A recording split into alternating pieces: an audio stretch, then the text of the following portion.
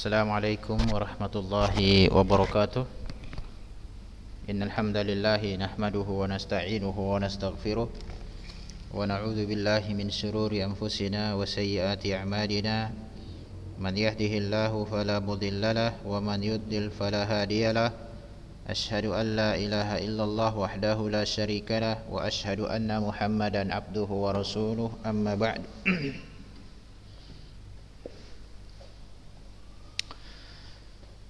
Marhalah yang sebelumnya tentunya kita berharap semoga Allah Subhanahu wa taala menjadikan kita semua termasuk golongan yang disebutkan di dalam Nabi kita yang mulia, di dalam hadis yang sahih, man salaka tariqan yaltamisu fihi ilman sahalallahu lahu bihi tariqan ilal jannah. Barang siapa yang meniti jalan dalam rangka menuntut ilmu, Allah mudahkan bagi dia jalan menuju surga.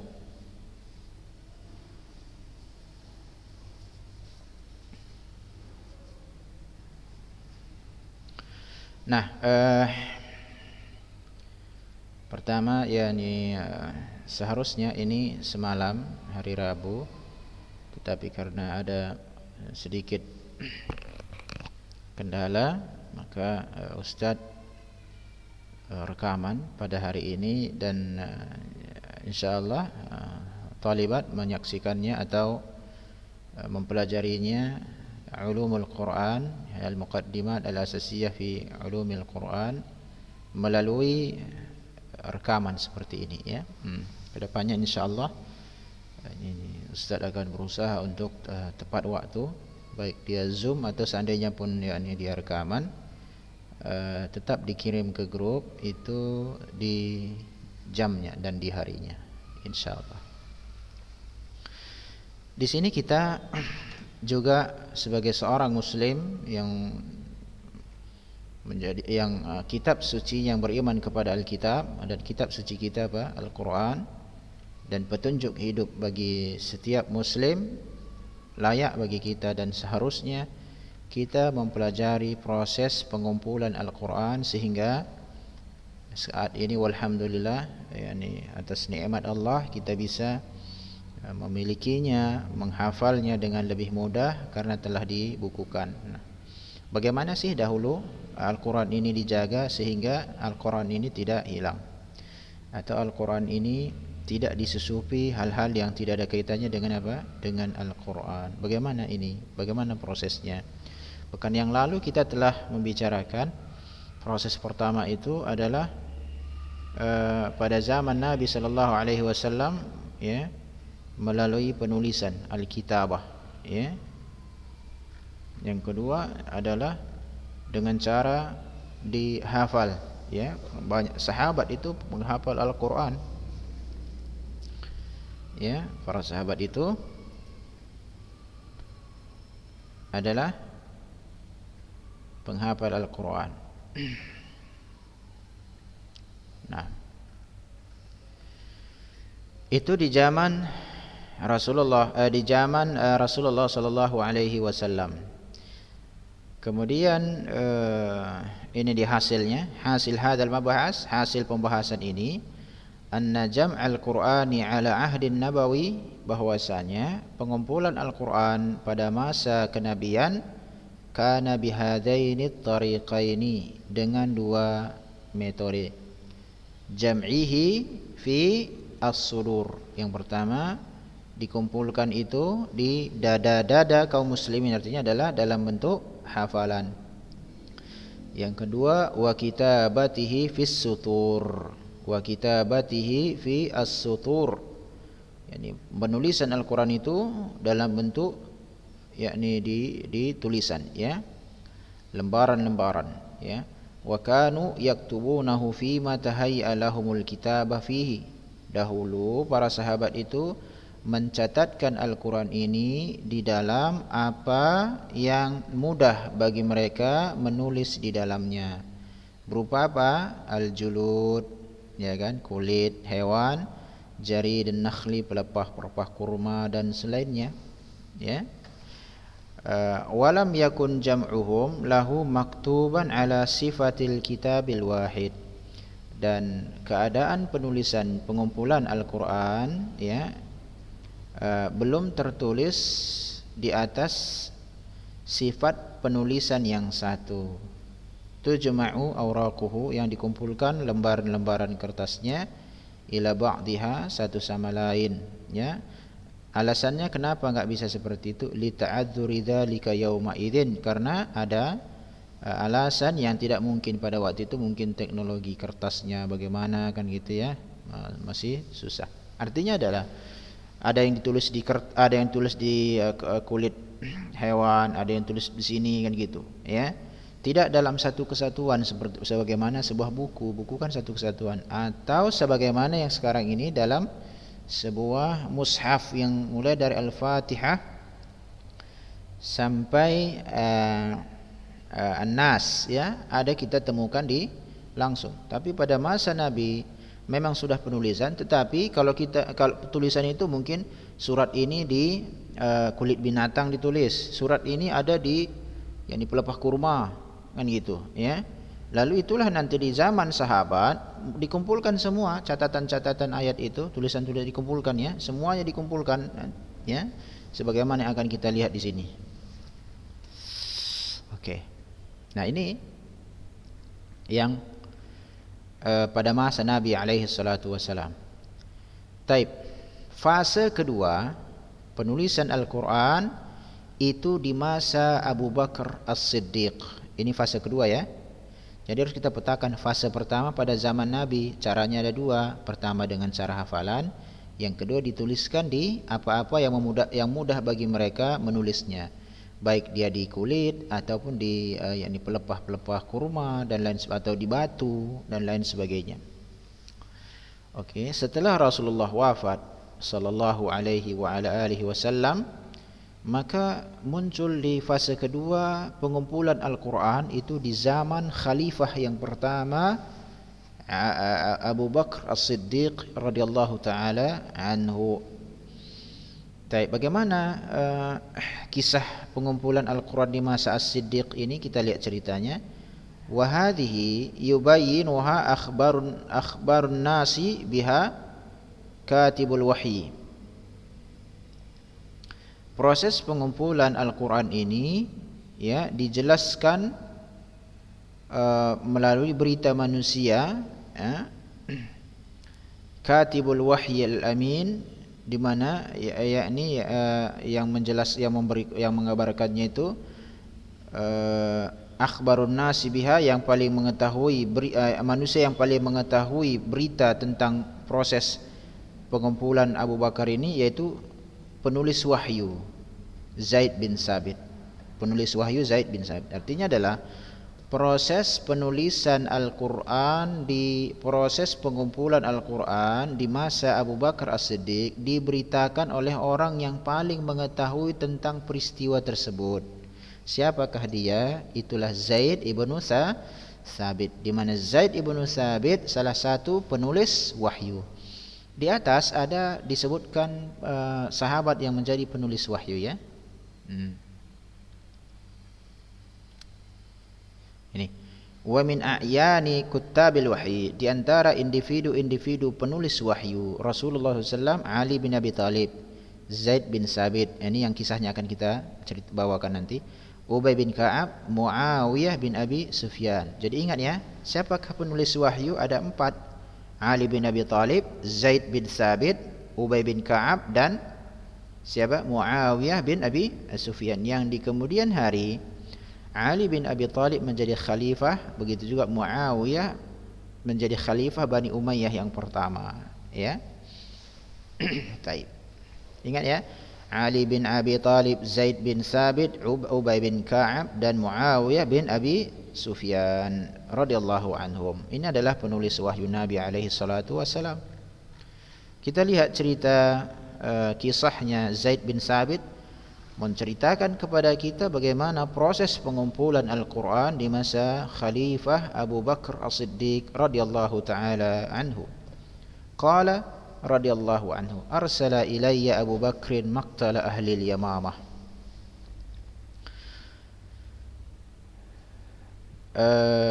Abu Bakar ya mengirimkan kepadaku jumlah yakni orang-orang yang sahabat yang syahid di perang Yamamah. Perang Yamamah ini adalah perang yang terjadi memerangi orang-orang yang murtad. Ya. Orang-orang yang murtad itu diperangi itu dalam perang Yamamah kan. Sehingga dalam peperangan tersebut yakni sejumlah sahabat di antaranya para penghafal Al-Qur'an syahid, ya, syahid. Kemudian fa idza Umar bin Khattab indahu. Ternyata Umar bin Khattab ada di sisi Abu Bakar pada masa itu. Qala Abu Bakar radhiyallahu anhu, lalu Abu Bakar radhiyallahu anhu berkata, "Inna Umar atani." Umar telah mendatangiku, faqala, "Innal qatla qad istaharra yaumal yamamah." Peperangan, sesungguhnya peperangan ya sangat sengit terjadi pada peperangan Yamamah. Yani orang-orang yang murtad dari Islam. Tentu kan peperangan ini yani memerangi orang yang pernah bersama berjuang di jalan Islam itu lebih berat daripada orang yang memerangi yang sama sekali tidak pernah berjuang di dalam Islam, karena strategi perang mereka kan sudah tahu. Kan gitu ya. Dia mengenal kenapa dulu bersama barisan kaum muslimin mereka berperang, sehingga strategi perang kaum muslimin mereka ngerti. Jadi melakukan yani peperangan dengan ini sama-sama sudah mengetahui strategi perang masing-masing. Kan gitu. Sehingga terjadi peperangan yang sangat sengit. Kemudian wa inni akhsha. Oh, belum ya. Innal qatla qad istaharra yawmal lamah biqra'il Qur'an. Yani telah sengit terjadi sehingga menggugurkan, mensyahidkan sejumlah pembaca atau penghafal Al-Qur'an. Ya. Wa inni akhsha, kata Umar, dan aku khawatir an yastahirral qatlu bil Qur'an bil mawatin. Aku khawatir nanti terjadi lagi peperangan yang sengit yang melibatkan yang menggugurkan para penghafal Al-Qur'an di peperangan yang lain. Ya, bil mawatin, peperangan yang lain. Hari ini saja di perang Yamamah menggugurkan, mensyahidkan sejumlah para penghafal Al-Qur'an. Bisa jadi di suatu saat tatkala muncul kembali peperangan akan menggugurkan kembali penghafal Al-Qur'an. Fayadhhaba katsirun minal Qur'an, maka hilanglah banyak dari Al-Qur'an ini. Yang dia maksudkan ini adalah hilanglah orang-orang yang menjaga Al-Qur'an secara sudur yang ada di hafalannya. Pada zaman Nabi kan mereka menjaga Al-Qur'an itu dengan hafalan. Kalau dia gugur kan sama hafalannya di bawah. Nah, itu maksudnya ini. Wa inni ara an ta'mura bi jam'il Qur'an. Lalu Umar mengatakan kepada Abu Bakar, aku berpendapat perintahkanlah agar Al-Qur'an itu dikumpulkan. Nanti kalau ini para penghafal Al-Qur'an ini wafat, gugur dalam peperangan-peperangan yang lain, maka Al-Qur'an ini ya secara sudur mungkin tidak banyak lagi, karena umur kan otomatis juga yakni tidak panjang kan gitu ya. Sedangkan yang tertulis di lembaran-lembaran kan dia enggak satu kesatuan. Ada yang di lempengan batu, ada yang di kulit hewan, enggak satu kesatuan. Ya, begitu. Sehingga ini kalaupun dikumpulkan butuh proses. Atau kalau hilang misalnya, hilanglah ayat itu. Ini secara analisis ya. Kalau seandainya hilang yang ditulis di lembaran-lembaran hewan, hilanglah ayat yang berkaitan dengan ayat atau surat yang ada di lembaran itu kan gitu. Karena kan ayat ini atau surat ini ditulis di sini, apa yang mereka temukan kan gitu. Pas ketemu lagi batu putih, situlah ditulis ayat ini. Pas ketemu pelepah kurma yang bisa ditulis, disitulah ditulis ayat itu. Begitu ya. Ayat yang lain maksudnya. Jadi bukan ayat yang sama. Kalau ayat yang sama seandainya hilang pun, oh ada di pohon yang itu kok, atau di kulit ini yang ayat itu kan, oh ini ada di sini. Enggak, ini enggak, masing-masing tempat lain, suratnya lain ayatnya. Sudah? Qultu li Umar, maka Abu Bakar ini berkata kepada Umar, kaifa taf'alu syai'an lam yaf'alhu Rasulullah? bagaimana engkau melakukan sesuatu yang Rasul itu pun tidak melakukannya? Begitu. Lihat ya talibat, bagaimana mereka itu betul-betul meneladani Rasulullah. Yang sifatnya ada maslahat seperti ini pun mereka, bagaimana engkau melakukan sesuatu yang Rasulullah tidak melakukannya? Apakah manusia pada zaman sekarang berpikir seperti ini? Tidak. Berapa banyak bid'ah yang muncul. Bahkan mereka mengakui ini bukan ajaran Islam, tapi memang udah dari dulu udah kayak gini, ya udah laksanakan aja lah. Lihat nih, jauh kualitas manusia itu dengan para sahabat jauh. Ya, sehingga dengan cara seperti ini mereka itu apa? Telah dijamin oleh Allah dengan surganya. Lalu Umar mengatakan, "Hadza wallahi khairun." Mengumpulkan Al-Qur'an itu demi Allah itu suatu kebaikan. Maka ringkas ceritanya, falam yazal Umaru yuraji'uni. Umar senantiasa mendatangiku mengucapkan, kumpulkanlah Quran. Nanti berguguran ini para penghafal Al-Quran. Hatta syarahallahu sadri lidzalik, sampai Allah membukakan dadaku menerima saran Umar tersebut.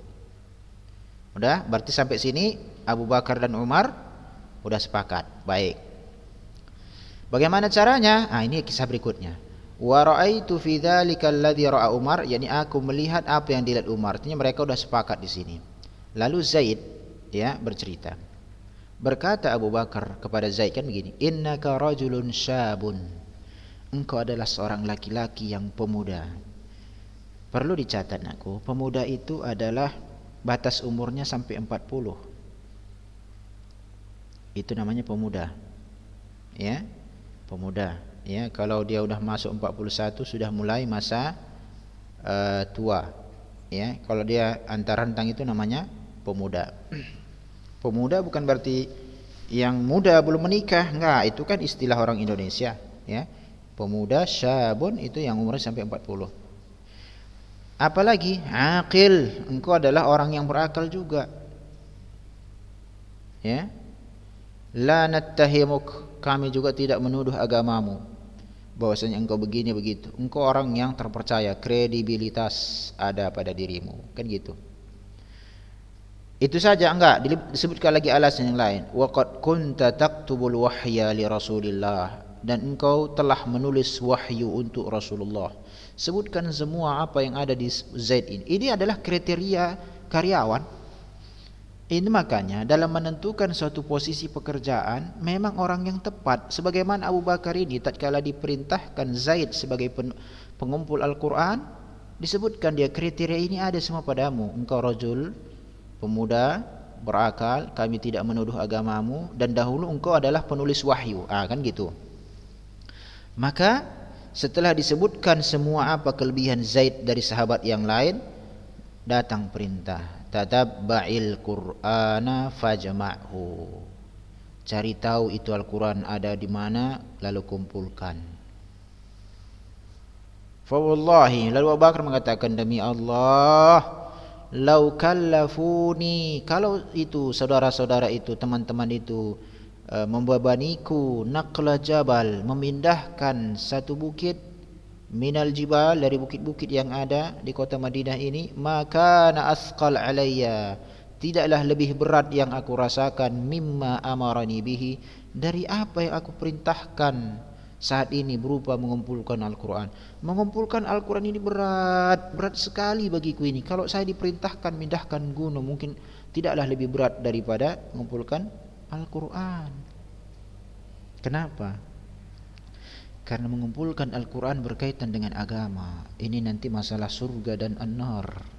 Orang gak peduli pada zaman sekarang ini. Para sahabat itu khawatir dengan kehidupan akhiratnya, dengan penyimpangan yang akan mereka khawatir mereka itu di tangan mereka agama itu menyimpang. Di mana manusia pada zaman sekarang ini dari sifat seperti ini? Dia tidak peduli apakah itu bagian dari agama atau tidak. Yang penting sesuai seleranya, hajarnya terus langsung sampaikannya sama orang, meskipun itu tidak ada kaitan sama agama. Beda kualitas kita ini, beda, ya. Qultu, maka Zaid mengatakan, kaifa taf'aluna syai'an la yaf'alhu Rasul. Sama juga kan? Begitu sahabat. Bagaimanalah kalian ini melakukan sesuatu, kalian kumpulkan Al-Quran, Rasulullah pun tidak melakukannya, kenapa kalian lakukan? Ditanya dia, enggak, oke siap, baik, saya laksanakan. Ada dia proses bertanya, kenapa? Ini berkaitan akhirat. Mana tahu ini yang memberi perintah ini keliru, tanya lagi apa alasannya, ini namanya. Jadi biasakan kita itu sebelum melaksanakan perintah jelas dia, sehingga di kemudian hari tidak menimbulkan masalah. Tanya dulu, ini dah perlu, penting tidak, alasannya bagaimana? Oke, setelah jelas semua laksanakan. Jangan nanti, oke siap laksanakan, begitu tengah jalan bermasalah, ngelapor lagi, ini bermasalah ini gimana? Nah, itu yang dihindari.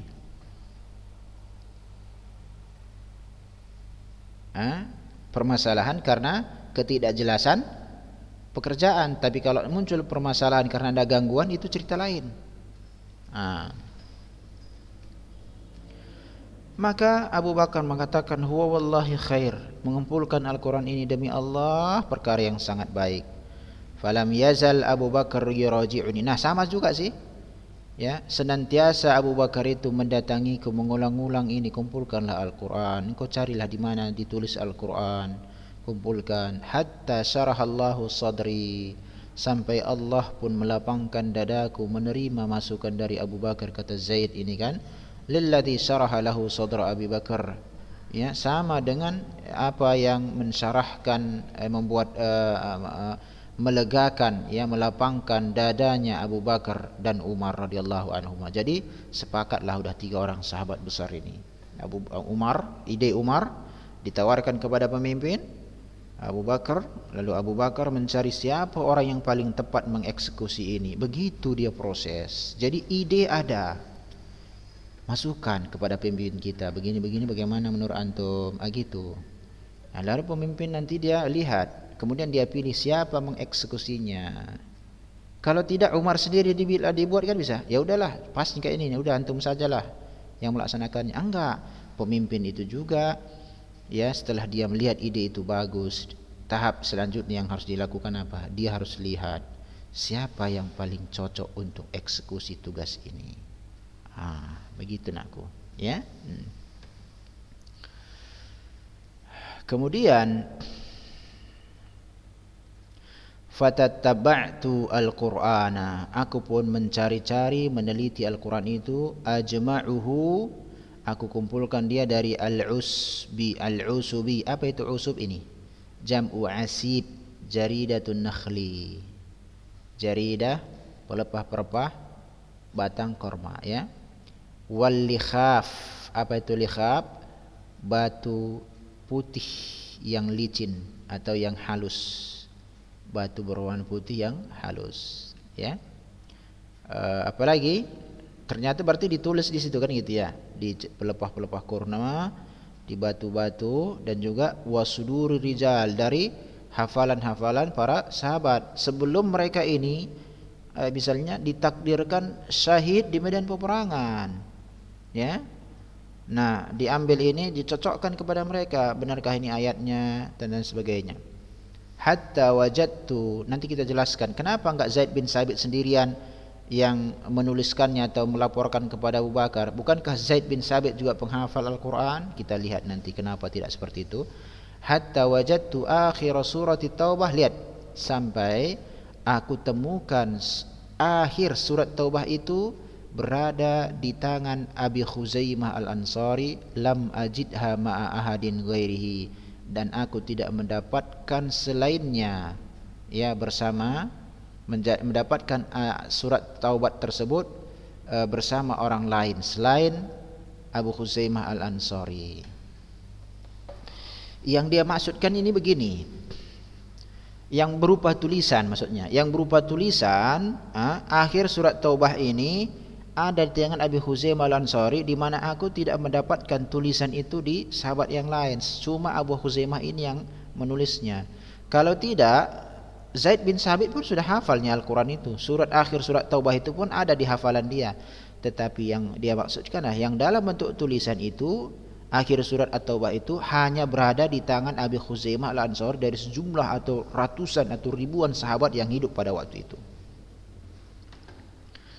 Apa itu? Ini dia. Laqad ja'akum rasulun min anfusikum azizun 'alaihi ma 'anittum. Ini akhirnya, ini yang berada di tangan hatta khatimah bara'ah, ini di tangan oleh Abu Khuzaimah Al-Ansari. Fakanatis suhufu 'inda Abi Bakar hatta kemudian setelah itu lembaran-lembaran tersebut diletakkan di sisi Abu Bakar hatta tawaffahullah, sampai Allah pun mewafatkan Abu Bakar radhiyallahu taala anhu. Kemudian setelah itu summa inda Umar hayatahu, kemudian setelah Abu Bakar wafat, Umar menjadi khalifah, mushaf pun di tangan Umar selama dia hidup. Kemudian summa inda Hafsah binti Umar radhiyallahu anhu, setelah Umar wafat, maka lembaran-lembaran Al-Quran itu berada di tangan Hafsah putrinya, ibu kita, istri Rasulullah, Hafsah binti Umar radhiyallahu taala anhu. Ya. Jadi inilah ya talibat proses pengumpulan Al-Quran di masa Abu Bakar As-Siddiq radhiyallahu taala anhu. Taib. Insyaallah pada proses berikutnya masuklah pada masa Abu Bakar dan Umar, ya. Pada masa Abu Bakar dan Umar, Al-Quran itu belum dibukukan lagi, tinggal lagi pada waktu itu seluruh tulisan-tulisan Al-Quran, baik dia di lembaran-lembaran ataupun di kulit-kulit ataupun di batu-batu, dikumpulkan semuanya berada di tangan Abu Bakar dan juga di tangan Umar bin Khattab. Setelah Umar bin Khattab wafat, lembaran itu berada di tangan putri beliau yang merupakan ibu kita, Hafsah binti Umar radhiyallahu taala anha. Taib. Kemudian setelah itu kan yang menjadi khalifah adalah Utsman bin Affan. Bagaimanakah proses pengumpulan Al-Quran di masa Utsman bin Affan? InsyaAllah akan kita bahas ini pada pertemuan kita Rabu depan biiznillah ta'ala, agar jelaslah bagi kita orang-orang yang mencintai Al-Quran mengetahui sejarah proses pengumpulan Al-Quran tersebut. Demikian, wa sallallahu wasallama ala nabiyina Muhammad wallahu ta'ala a'lam. Assalamualaikum warahmatullahi wabarakatuh.